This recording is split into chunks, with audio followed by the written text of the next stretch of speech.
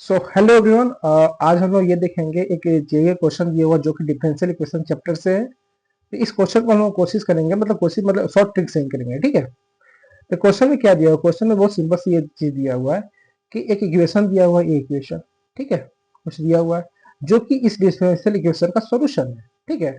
इसमें इस इक्वेशन में क्या है, अल्फा बीटा इन्वॉल्व है। तो इस अल्फा जो कि नेचुरल नंबर है, तो इस अल्फा बीटा का वैल्यू निकाल कर दोनों का सम कितना वो बताना है, ठीक है।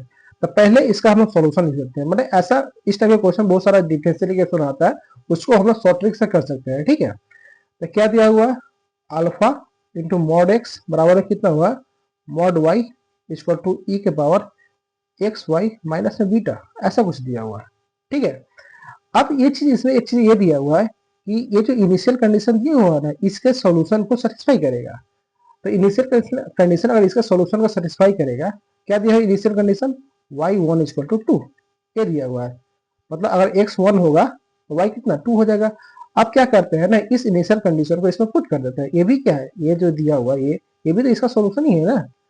तो क्या होगा, इसको इनिशियल कंडीशन को सेटिस्फाई करवाते हैं। तो इनिशियल कंडीशन क्या होगा बताओ, एक्स वन है तो वाई टू है, तो क्या होगा, अल्फा इंटू मॉड वन का वैल्यू वन हो जाएगा इक्वल टू टू, वाई का वैल्यू टू है तो मॉड मॉड टू का वैल्यू टू ही होगा, ई के पावर वन इंटू टू कितना, टू माइनस में बीटा। अब इस क्वेश्चन में कंडीशन दिया हुआ, कंडीशन क्या दिया होगा, अल्फा बीटा क्या होना चाहिए हमेशा, अल्फा और बीटा हमेशा क्या होना चाहिए, ये नेचुरल नंबर ही होना चाहिए। ये दिया हुआ कंडीशन हमेशा नेचुरल नंबर होना चाहिए। तो इस इक्वेशन में हम ध्यान से देखें तो अल्फा नेचुरल नंबर होना चाहिए और बीटा भी नेचुरल नंबर। तो ई क्या है, हम लोग का ई रेशनल नंबर होता है। तो बीटा का वैल्यू क्या लिया जाए ताकि अल्फा भी नेचुरल नंबर मिल जाए, अब बीटा भी नेचुरल नंबर लेना है।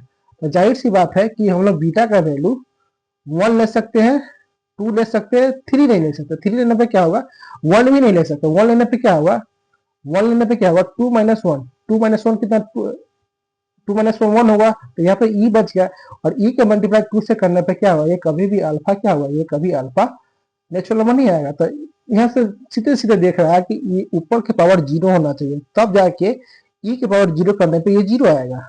ई के पावर जीरो करने पे क्या वन आएगा, one two into one two होगा, तब जाके अल्फा का वैल्यू टू होगा। तो हमको ऊपर पे हमेशा दिख रहा है कि ये पावर क्या होना चाहिए, जीरो होना चाहिए, तब जाके अल्फा का वैल्यू नेचुरल नंबर आ सकता है। मतलब टू माइनस बीटा का वैल्यू हमेशा जीरो होना चाहिए। तो यहाँ से बीटा का वैल्यू कितना आ गया, यहाँ से बीटा का वैल्यू हम लोग का आ गया टू। जब जब बीटा का वैल्यू टू आ गया, आप यहाँ पर देखिए कि यहाँ पे अल्फा का वैल्यू कितना आएगा, अल्फा बराबर क्या होगा, टू इंटू ई के पावर जीरो। ई, अरे इसका वैल्यू तो जीरो नहीं है ना, इसका वैल्यू जीरो। ई के पावर जीरो कितना होगा, इसके ई के पावर जीरो कितना होगा, वन होगा। तो टू इंटू वन टू, तो अल्फा का वैल्यू भी टू आ गया, बीटा का वैल्यू भी टू आ गया। हमसे क्या पूछा गया, अल्फा प्लस बीटा। हमसे ये पूछा गया कि अल्फा प्लस बीटा का वैल्यू क्या होगा। अल्फा भी कितना आया हम लोग का, टू आया है, और बीटा भी कितना आया, टू आया है। तो क्या टू प्लस टू कितना आ गया, फोर आ गया। मतलब इसका आंसर कितना होगा, फोर होगा। इसका आंसर कितना होगा, फोर होगा। ये हम लोग का आंसर है। मतलब ऐसे बहुत सारे क्वेश्चन डिफेंस के क्वेश्चन पूछा जाता है, ताकि उसको हम इनिशियल कंडीशन सेटिस्फाई करके और उसमें कुछ ना कुछ कांस्टेंट का वैल्यू पूछा जाता है, उसको हम लोग निकाल सकते हैं, ठीक है, ऐसे निकाल सकते हैं। ये बहुत अच्छा मेथड है, ठीक है।